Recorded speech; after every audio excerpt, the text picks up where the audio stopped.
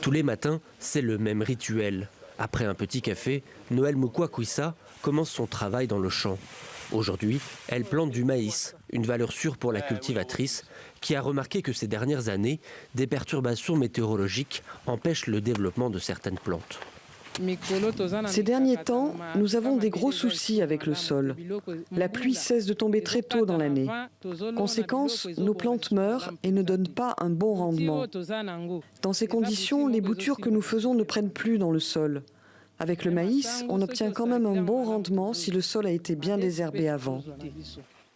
Les cultures de maïs résistent, ce qui n'est pas le cas des haricots ou encore du manioc qu'elles cultivent habituellement. Comme Noël, de nombreux agriculteurs voient le rendement de leurs récoltes diminuer. Alors Isaac Bissoumou, un ingénieur agronome, tente de les aider à s'adapter.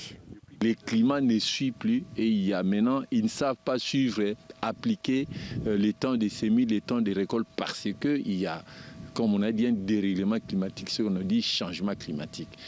Donc tout ça, ce sont des défis auxquels les secteurs agricoles connaissent. Pour Isaac, c'est à l'État que revient la charge d'aider les agriculteurs face au changement climatique. D'autant que la République démocratique du Congo est riche en terres arables.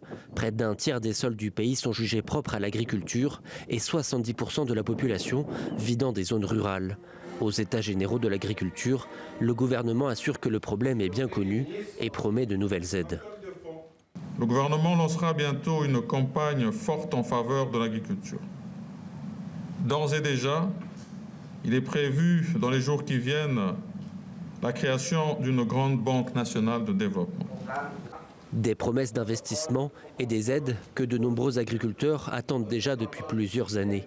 Seul 1,7% du budget national est aujourd'hui investi dans le secteur agricole, un montant jugé bien trop faible pour les besoins du pays.